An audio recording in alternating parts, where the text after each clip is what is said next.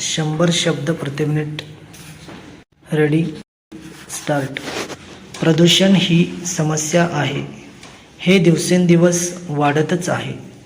प्रदूषण हा जीवनसृष्टीचा फार मोठा शत्रू असून मानवाच्या पाठीमागे लागलेले महाभयंकर विघ्नच आहे.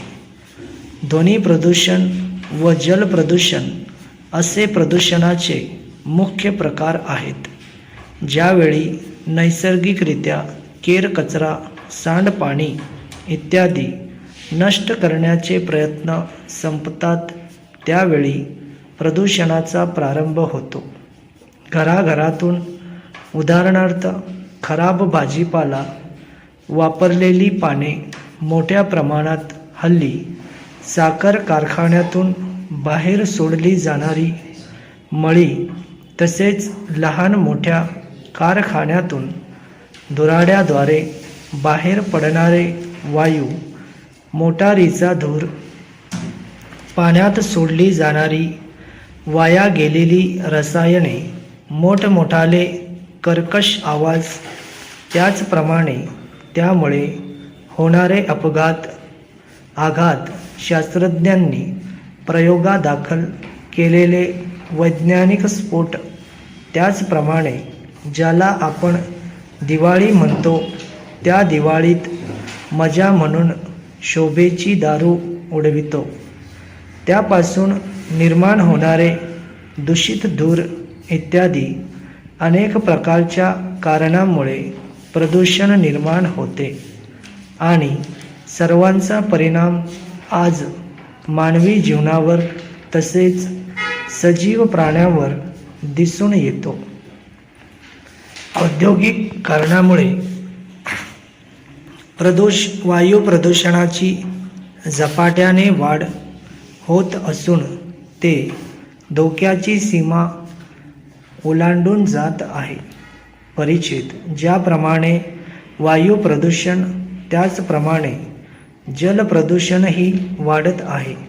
तसेच ध्वनी प्रदूषणाची ही मानवी जीवनावर तितकाच परिणाम होत आहे. प्रदूषणामुळे केवळ मानव, प्राणी आणि वनस्पती यांचीच हानी होते असे नाही, तर त्याचबरोबर माती, पाणी व वातावरणही दूषित होते. प्रदूषण म्हणजे एक महाभयंकर शापच होय. कोणत्या ना कोणत्या प्रकारच्या वायू प्रदूषणाचा परिणाम म्हणून आजारी पडलेल्यांची संख्या रुग्णालयात वगैरे मोठी आढळते. प्रदूषणाच्या समस्येवर अत्यंत प्रभावकारी उपाय म्हणजे झाडे-झुडपे, विशेषतः वने प्रदूषण नियंत्रणाच्या बाबतीत मानवाला मोठ्या प्रमाणावर सहाय्यभूत होत आहे.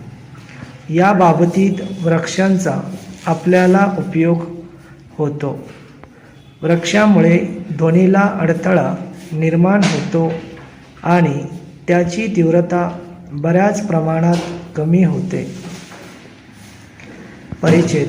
सारांश असा की प्रदूषणाचे दुष्परिणाम हा एक भयंकर शाप आहे, परंतु त्यावर उपाय म्हणजे अधिकाधिक वृक्षारोपण आणि आपल्या वनाचे संरक्षण व संवर्धन करणे.